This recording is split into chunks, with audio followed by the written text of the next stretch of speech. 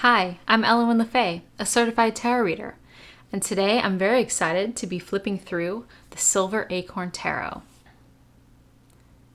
After the walkthrough, I'll pull a card for us to get a feel for how the guidebook is written. Links to where you can purchase this deck and book a reading with me are in the description of this video. So this deck was created by artist Stephanie Buscema, or Buscema. Excuse my pronunciation, please. The writer is Madame Pamita with a foreword by Judika Illes. The deck was printed by Legends Playing Card Company. It's a first edition printing, and this is a limited set of 1,000 copies. The writer, Madame Pamita, has some other great books out, and I actually happen to have two here because I've quite enjoyed them. And I'll show you. One of them is her book of candle magic. This was in perfect shape, but as you can see, it's been worn because it has been used and loved. A sure sign of a good book.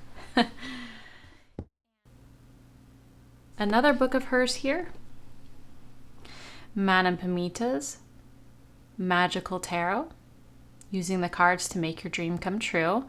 Once again, not perfect condition, but shows that it has been referenced and used, which is great.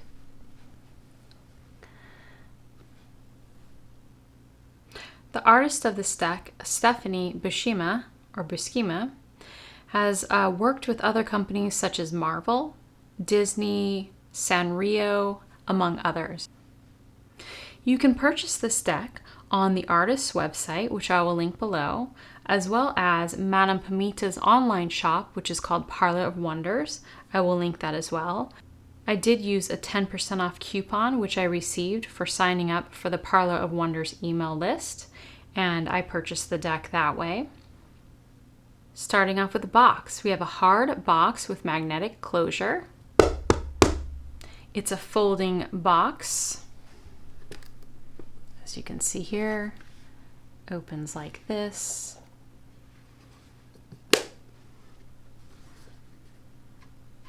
Here's the top.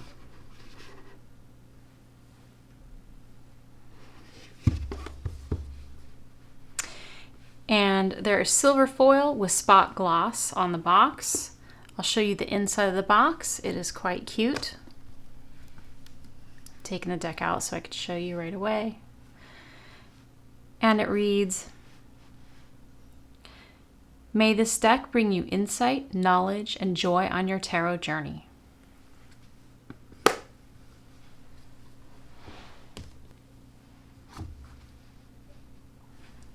This is the guidebook. The guidebook is color and has 117 pages, which includes spreads. It's a nice size guidebook, as you can tell holding in my hands. Some nice details on the inside.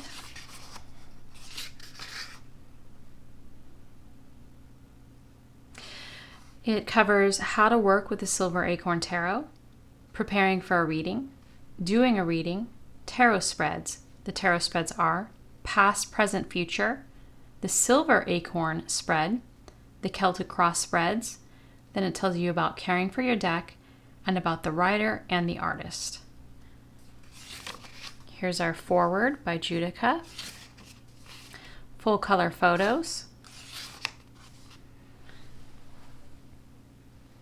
Introduction. For the major arcana, we have a short write-up over here, reading interpretation over here, and then it lists important symbols, which is nice because it's possible that there may be some different symbols in this deck. This deck is a Smith-Waite based deck, but of course we have artists' interpretations in there, I'm sure, as well. For the minor arcana, we have shorter write-ups, sweet and to the point. And here's where we talk about the other sections I mentioned, just to show you. It's beautifully done. I love the details that have been thought of while creating this deck.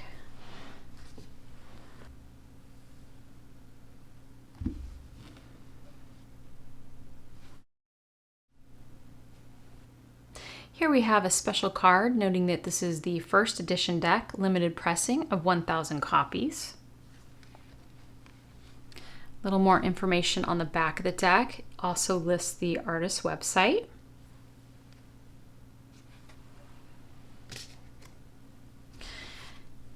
This is the size of the cardstock, so a little bit wider than a standard tarot deck, a little bit longer, actually quite a bit longer than a traditional tarot deck.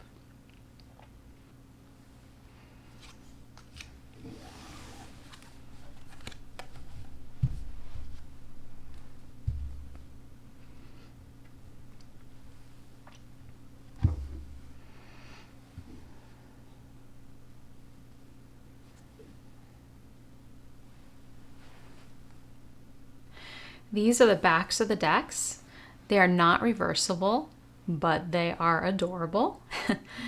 And for the cardstock, this cardstock is 310 GSM European black core with a linen finish. There's a water-based coating, and it's, I guess I'd call a semi-matte. Comes across as matte by the eye, but when I look in the camera with my lights, you can see that there is a sheen. And of course, there's a slight texture it might pick up on, and that's the linen. That's the linen finish there. Linen cardstock, you either seem to love it or you hate it. Reasons to love it, in my eyes, are that it is strong, yet you can keep it flim, so great for riffle shuffling. Downsides are it can be slippery. That's probably the main downside I would see. But for longevity, it's great. And with an indie deck like this, and being a first edition, I appreciate the longevity. At the end of this walkthrough, I will shuffle the cards and pull a card for us, and during that I'll be able to tell how slippery these are.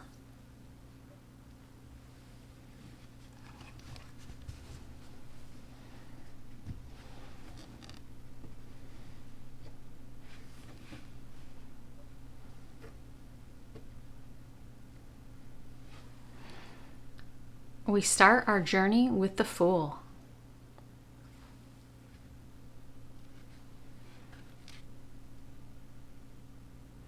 The Magician, and I see the symbol for Mercury in the cards.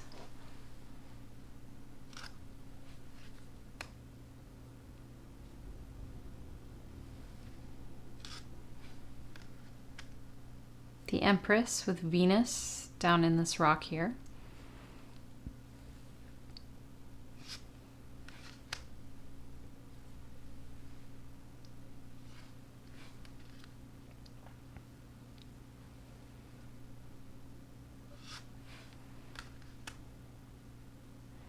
The Lovers, you can see Gemini right there.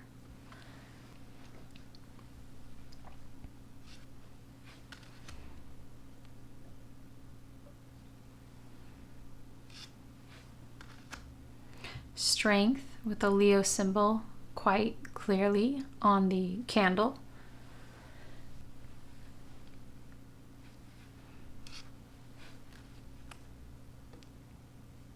The Hermit with the Virgo symbol in his staff.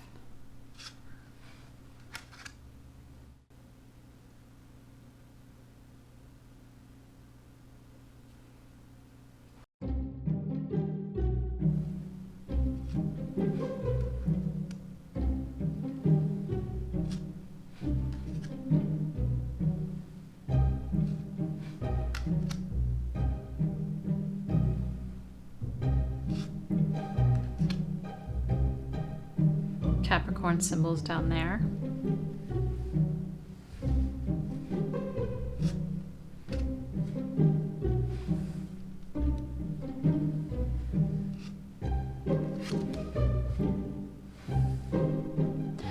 This star is great. I love using the bat for it. It makes sense. Bats are out at night under the stars.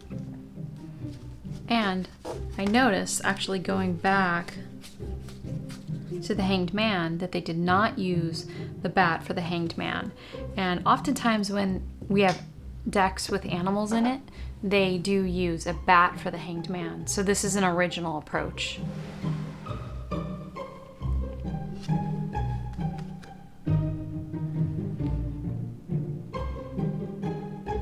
This looks like a fun scene.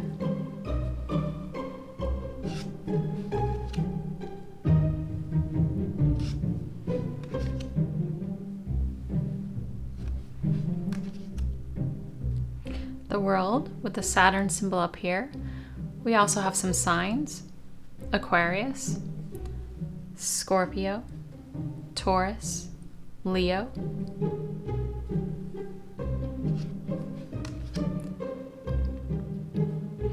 Ace of Swords, and we see all of the air signs represented with Gemini, Libra, and Aquarius.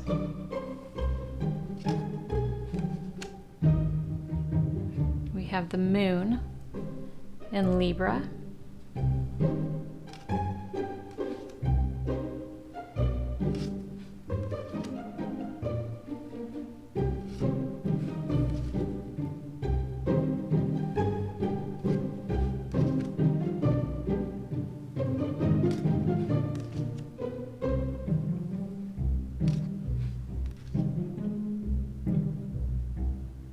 Here we have Jupiter in Gemini.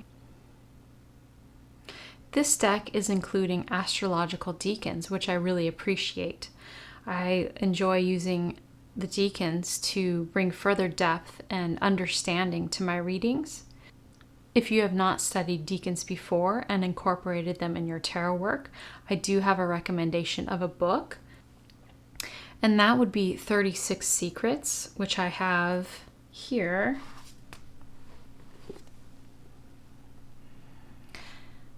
A Decanic Journey Through the Minor Arcana of the Tarot.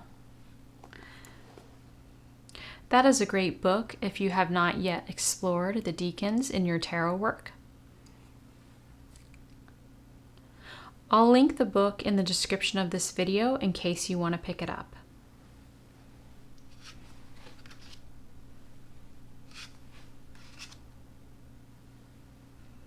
And I'm going to stop reading off the decans. They are hidden within these cards.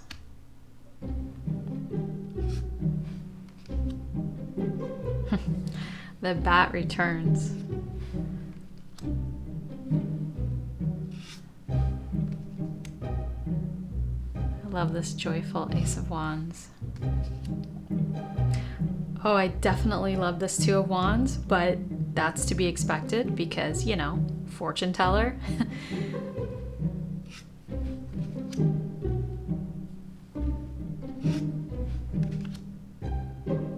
Very happy scene.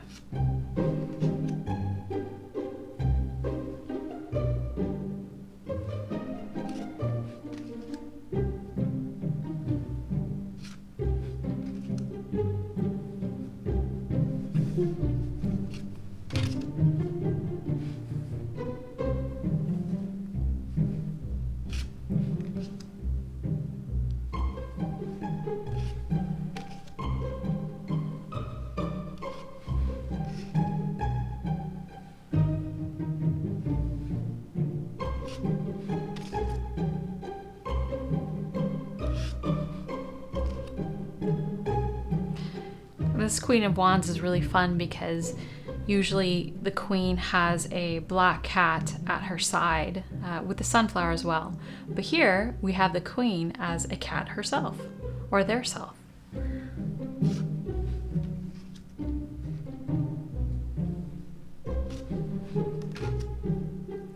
And this reminds me of like old school Alice in Wonderland and the teacup ride. Something about it. I love it.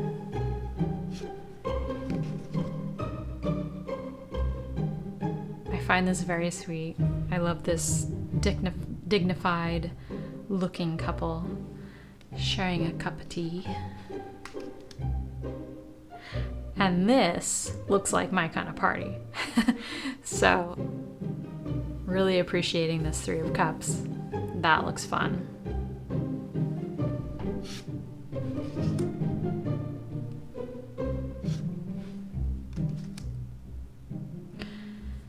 So this being an anthropomorphic deck, I think the artist has done a great job at capturing emotions and letting us feel it, so we can empathize with the characters in this deck, this being a great example.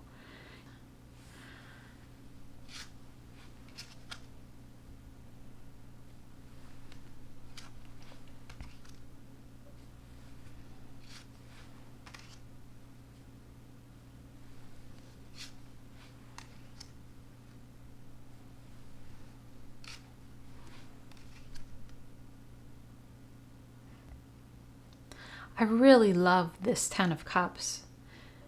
This, despite being such a cute deck, to me actually has a lot of depth because it makes me think of honoring your ancestors, putting their pictures up, lighting a candle for them, giving them flowers, warming your home. This is an honored part of your home over the hearth. And, you know, I especially think of it now as I'm filming this and we're moving into Samhain. So this is a beautiful depiction.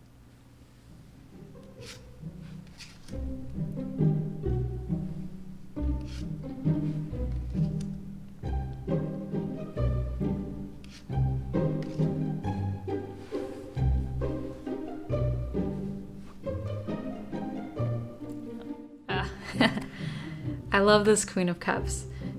If you can see here, she has a ship in her hair. That's adorable.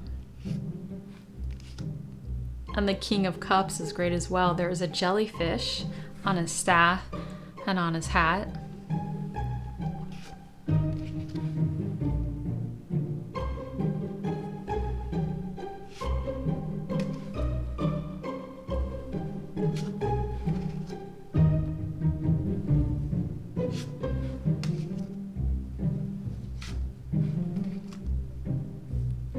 Once again, feeling that emotion. Great expression.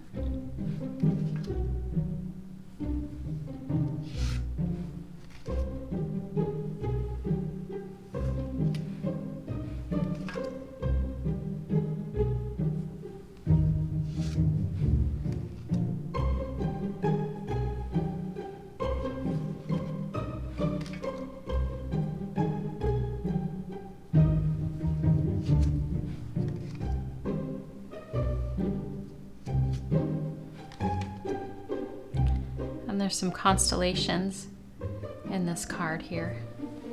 It's kind of a sweet, almost sly look in her eye, yet somehow innocent.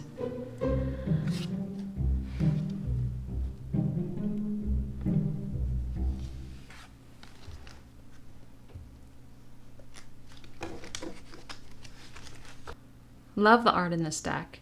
Now let's go ahead and shuffle to see how it shuffles.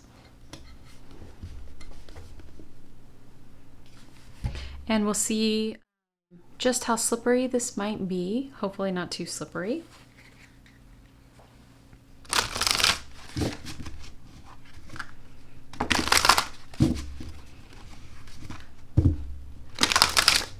This is a bit slippery. Yeah, a bit slippery. I would riffle shuffle this if they weren't too long for my hands, but I can already tell. To riffle for me, that's just going to be a little messy because it's too long for my hands and I can't get a good grip. And with slippery cards, they might fly out. So... same with overhand, that's going to be a little difficult. I mean, it's a stretch for me. See, yeah, can't manage them quite the same.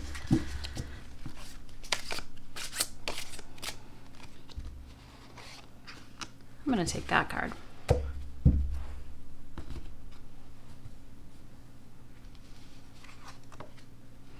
Ooh.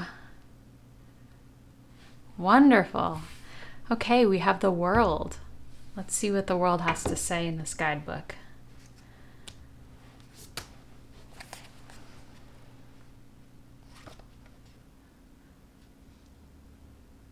So in the book, we start off with a description of the images and the art on the front. That's here. So I'm not going to read all that. I'm going to read the interpretation here. And of course, we have the symbols as well. When the world card shows up in your layout, it signifies fulfillment, a sense of completion, and coming full circle. You are going to reach the pinnacle of success in the area in question. If you have been working on creating something, the world card indicates the successful manifestation of your biggest dreams and desires. If you have been playing small, the world card can be a sign that you need to dream bigger. It can also indicate that there is a fulfilling conclusion to whatever is happening in your life. Well, that's a wonderful card to get. So, lucky us. And that's our flip through. Are there other decks that you'd like to see me review or content that you'd like to see me create? If so, I'd love to hear from you in the comments. If you'd enjoyed this video and would like to see more from me, please click like and subscribe. Thanks for watching.